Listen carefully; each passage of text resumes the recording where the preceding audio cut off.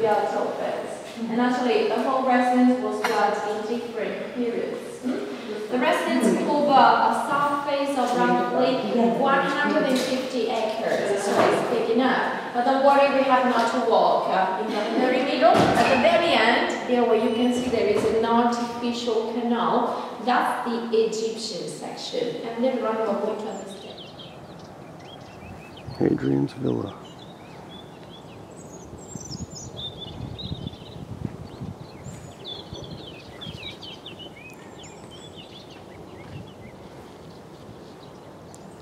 This was his garden, probably one of his gardens.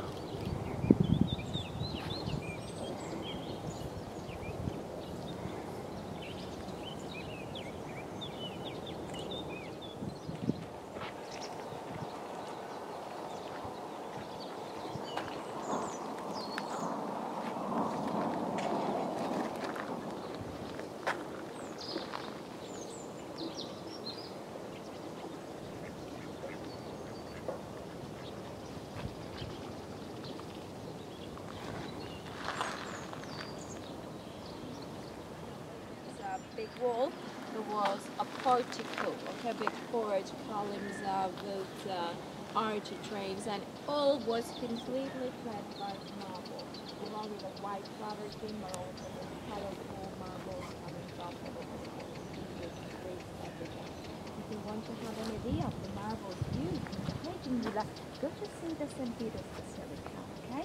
The many marbles you see inside, most of them, I can say, came from right in front of us, where we can see this building having the domes. Then academies and libraries, and next to the High Palace on the right inside was the Imperial Palace. Palace, not single house, not villa, and that's something very interesting because the emperors in the Palatine Hill, they had never lived in a city, in a palace.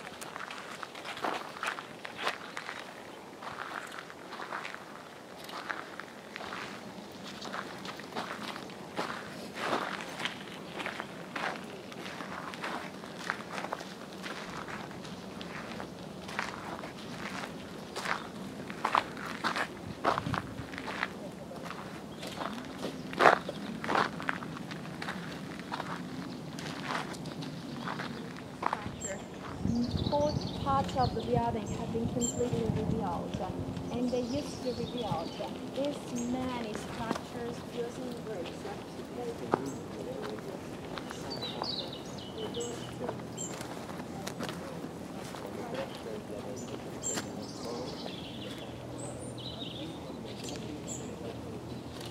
It was at least, after the second art of the building.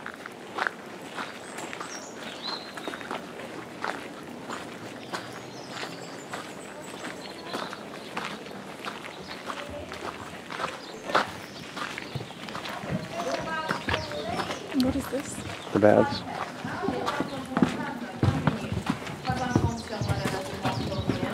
Ça va être bien se baigner dans la petite piscine chaude. Là-haut, on peut voir une fresque originale de la période. Just on top of the vault, you can see a, original fresco of the time. Well, the very first room, entering on the right, probably was the so-called tepidarium, which means the room having a tepid water pool. And in front of us, the caldarium. Caldarium, calda means hot. So pools having hot water. And then if you look on your left-hand side, you can see original mosaics of the 2nd century after Christ. This was a typical floor inside an elegant building like this one. You can remark they used a big variety of... montre toujours le soleil. Le soleil peut-être parce que l'empereur il disait sur l'empereur du soleil. Comme Louis XIV en France, regardez un peu mosaic, very simple.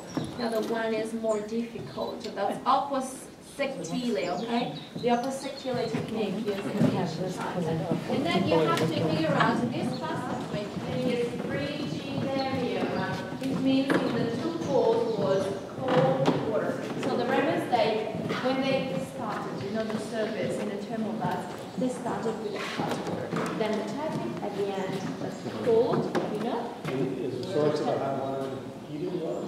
It was heated, yes, it was heated. So we're heated by a system of underground ovens.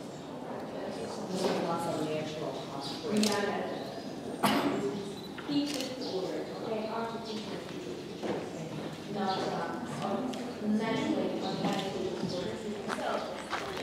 So before I told you there were many passageways, okay, galleries for the VIPs and tiny galleries, underground galleries, sometimes just hidden galleries for the slaves. And now in front of us we have a clear example. The large passageway was the gallery for the VIPs, okay, the one taking to the hospitals, the section for the guests, and then the tiny gallery on the left-hand side, you can remark was completely covered around by bricks, both for the slaves. They couldn't never mix with the special guests of the emperor.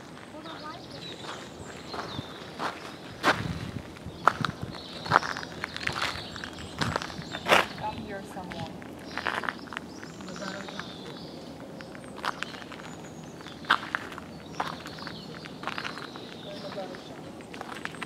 Original mosaic floors.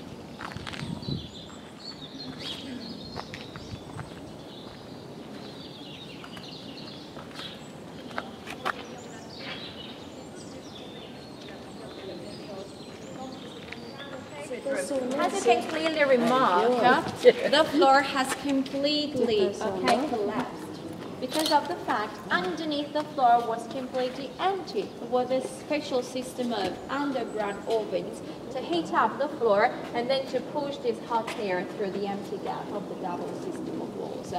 Les saunas, regardez là, plus le plancher qui est complètement tombé à cause du fait que les saunas, bien sûr, pour créer le vapeur, étaient réchauffés dans les sous-sols. So that's why we suppose half of the building was warehouse, the other half was to accommodate 100 bodyguards of the emperor, this is called the praetorian, okay? They lived right here, next to the house of the emperor, even if we didn't need how perfect this geometrical shape. And this seems to work high technology, but in reality,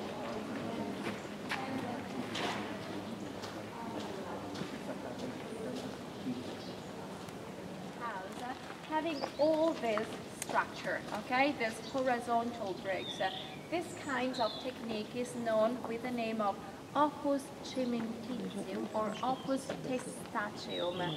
Testa means head. It means that the head of the brick have to be shown to the visitors, even if the bricks are not.